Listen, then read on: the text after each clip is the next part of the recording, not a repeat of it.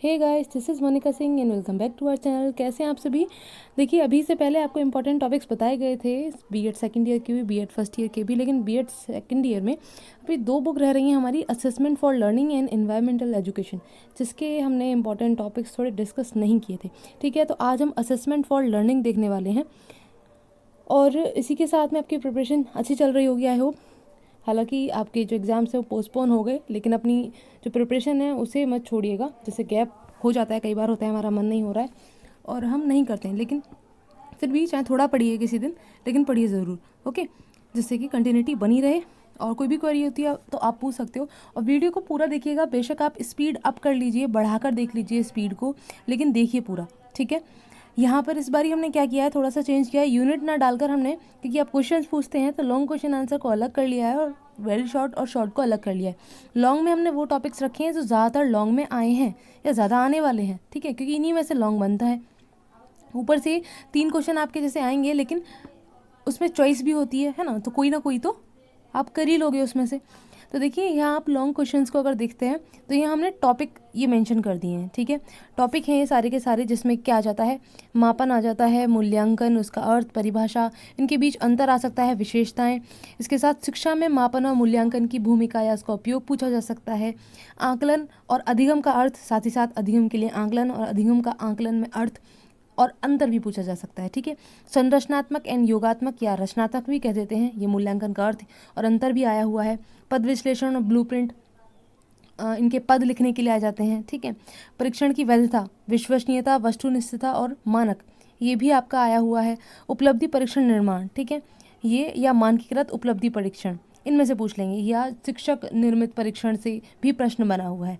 ठीक है, आगे आईसीटी, सूचना एवं संप्रेषण तकनीकी की भूमिका परीक्षा में, या कह सकते हैं कि शिक्षा में, तो भी आपको यही लिखना है। ठीक, आगे केंद्रीयवर्ती मान पूछ ले के केंद्रीयवर्ती मानों को एक्सप्लेन कीजिए या उनकी विवेचना कीजिए। तो ध्यान रखेंगे केंद्रीयवर्ती मान कौन से हैं, माध्य, मध्यांक व बहुलांक, इन्हीं को हम केंद्रवर्ती मान कहते हैं। ठीक है, तो इनके अर्थ परिभाषा आ जाता है, विशेषताएं आ जाती हैं, गुण पूछ लिया जाएगा, महत्व पूछ लिया जाएगा, यूज़ कहाँ कर रहे हैं, ऐसे छोटे छोटे क्वेश्चन बने हैं वेरी शॉर्ट में। और इनके न्यूमेरिकल्स लॉन्ग में भी आ जाता है और शॉर्ट में भी आ जाता है। फिर संभावना प्रायिकता वक्र या सामान्य प्रायिकता वक्र या सामान्य संभावना वक्र, ये आपका क्वेश्चन बड़ा ही इंपॉर्टेंट है, आसानी से आ जाता है। ठीक है, एनपीसी शॉर्ट में लिखा आ जाता है। सहसंबंध गुणांक के हमने ज़्यादातर कुछ न्यूमेरिकल ही देखे हैं, इसका हमने ज़्यादा थ्योरेटिकल पार्ट नहीं देखा है ना। थोड़ा बहुत पूछ ले जाए वो अलग बात है, लेकिन न्यूमेरिकल इसमें से आया है। स्पीयरमैन गुणांक यहीं से है। ठीक है, स्पीयरमैन रैंक पूछ ली जाती है, तो उसी का न्यूमेरिकल है, इसी टॉपिक का। देखिए, अब आप कहेंगे इन टॉपिक्स में से ये मापन है, इससे तो पूरा नहीं बनने वाला है लॉन्ग क्वेश्चन। तो ध्यान दीजिएगा, आपने अगर प्रीवियस ईयर पेपर देखा हो तो ये टॉपिक्स एक दूसरे से मिलकर बनते हैं। जैसे मापन मूल्यांकन एक साथ पूछ लिया जाएगा, उनका अर्थ भी पूछा जाएगा, साथ ही साथ उनकी विशेषताएं भी पूछी जाएंगी। हो सकता है कि अर्थ परिभाषा के साथ उनके अंतर पूछ ले जाएं। ठीक है, इसी प्रकार मूल्यांकन पूछने के साथ पूछ लिया जाए कि शिक्षा मूल्यांकन की क्या विशेषता है। ठीक, तो ये टॉपिक्स कंबाइन होकर, मतलब 2-3 टॉपिक एक साथ मिलकर आपसे लॉन्ग क्वेश्चन बनता है। ठीक है, अब मूल्यांकन है, मूल्यांकन आपसे पूछ लिया और साथ में पूछ लिया संरचनात्मक एवं योगात्मक मूल्यांकन का अंतर बताइए। ठीक है, इसी के साथ में अब ऐसा नहीं है कि ये सिर्फ और सिर्फ लॉन्ग में बनने वाले हैं, ये लॉन्ग के साथ साथ आपको शॉर्ट, वेरी शॉर्ट में भी फ़ायदा करेंगे। अब देखिए, आगे जो वेरी शॉर्ट और शॉर्ट है उसमें मैंने पूरे वो टॉपिक्स नहीं लिखे हैं जो मैंने यहाँ भी मेंशन कर दिए। जो टॉपिक्स यहाँ मेंशन कर दिए गए हैं वो लॉन्ग के लिए जब तैयार हो रहे हैं तो एज वेल एज शॉर्ट और वेरी शॉर्ट में भी काम आ जाएंगे। ठीक है, तो इनके अलावा जो हुए हैं टॉपिक्स वो आपके शॉर्ट और वेरी शॉर्ट में दिए हैं। ठीक है, अब देखेंगे आगे कि ये ध्यान रखेंगे, इनको अच्छे से प्रिपेयर जैसे कर लेते हैं आप, तो ये आपका शॉर्ट, वेरी शॉर्ट में भी काम आएगा। ठीक है, ऐसा नहीं है कि ये सिर्फ लॉन्ग के लिए है। ओके, क्योंकि वैधता, विश्वसनीयता, इनके गुण वगैरह शॉर्ट में पूछ ले जाते हैं। ठीक है, इनसे कोई very short fill in the blanks बन गया या टिक द करेक्ट बन गया। ठीक है, मूल्यांकन की विशेषता है वो पूछ ली जाती है आपसे शॉर्ट में। इसके अलावा जो आपके मध्यमान है, मध्यांक है, बहुलांक, इनके छोटे छोटे से न्यूमेरिकल्स आ जाते हैं शॉर्ट में। ठीक है, इसी के साथ में आपकी ये आईसीटी, इसकी यहाँ भूमिका पूछ ली गई है, लेकिन एक बार ही पूछा गया था आपका इसका अर्थ, इससे आप क्या समझते हैं, सूचना एवं संप्रेषण तकनीकी से क्या समझते हैं। ठीक है, इसके अलावा उपलब्धि परीक्षण निर्माण, तो इसमें इसको हम शिक्षक निर्मित उपलब्धि परीक्षण या परीक्षण भी कह देते हैं। ठीक है, शिक्षक द्वारा निर्मित परीक्षण, या प्रश्न पत्र इस तरीके से, तो उसकी विशेषता पूछी जा सकती है या उसमें कमी पूछी जा सकती है इस तरीके से। तो आपको ये ऐसा प्रिपेयर करना है कि शॉर्ट और वेरी शॉर्ट भी कवर हो जाने हैं, ठीक है।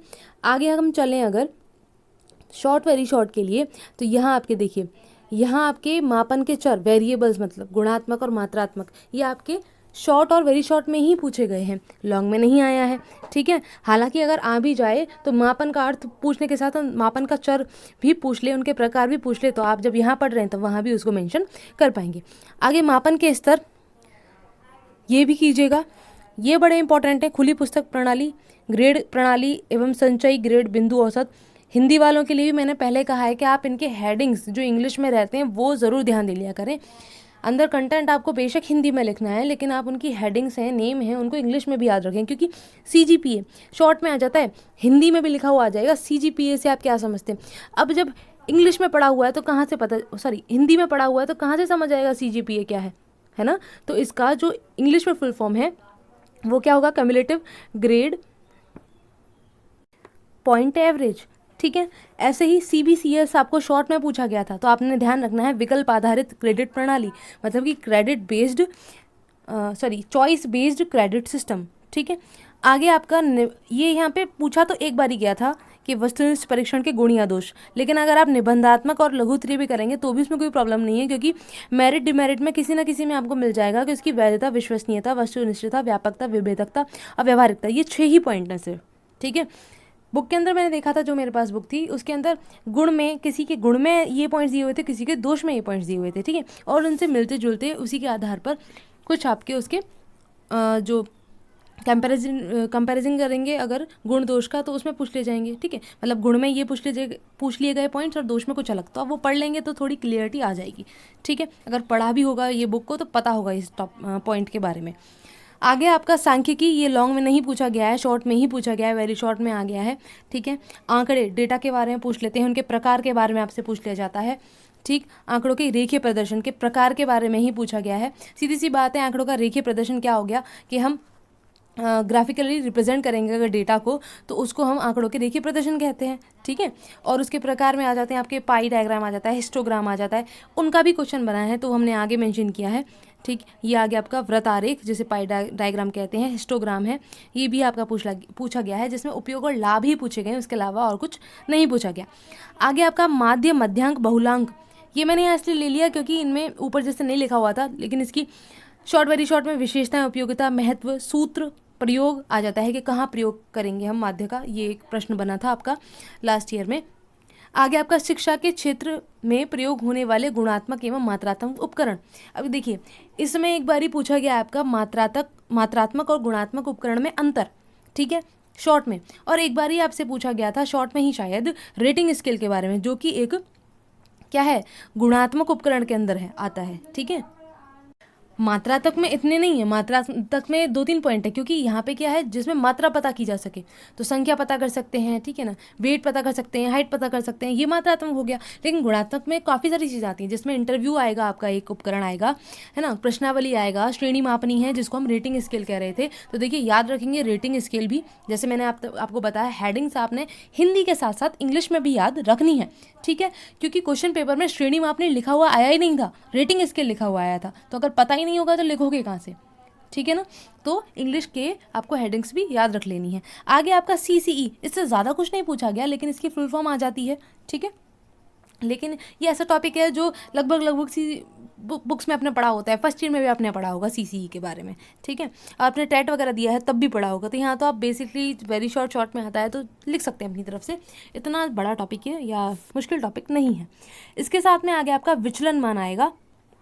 विचलन मान में आपके विस्तार, चतुर्थांश, मध्यमान और मानक, इनका ज़्यादा कुछ नहीं पूछा गया, लेकिन सूत्र बड़ा पूछा गया है, ठीक है। अंतर पूछ ली गई है, विशेषताएं पूछ सकते हैं। अंतर कैसे? चौरों में अंतर नहीं, ऐसे पूछ सकते हैं कि चतुर्थांश विचलन और मध्यमान विचलन में अंतर बताइए, ठीक है। लेकिन वो भी शॉर्ट और वेरी शॉर्ट में ही आया है, सही है।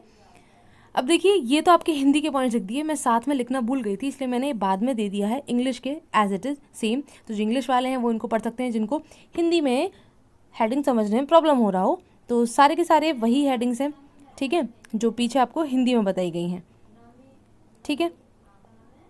अब यहाँ पे कुछ रह रहा हो, कोई चीज़ मिस हो रही हो तो आप बता दीजिएगा, हालांकि सब कुछ पूरा करने की कोशिश की गई है, ठीक है। और आई होप आपको ये हेल्प करेंगे। यहाँ पर ये पूरे हो जाते हैं आपके, ठीक है। ये आपके सारे टॉपिक्स हैं। और मैंने यहाँ न्यूमेरिकल मेंशन नहीं किया है, न्यूमेरिकल आपको प्रीवियस ईयर पेपर में मिल जाएगा, प्रीवियस ईयर प्रोवाइड कराया हुआ है, ठीक है।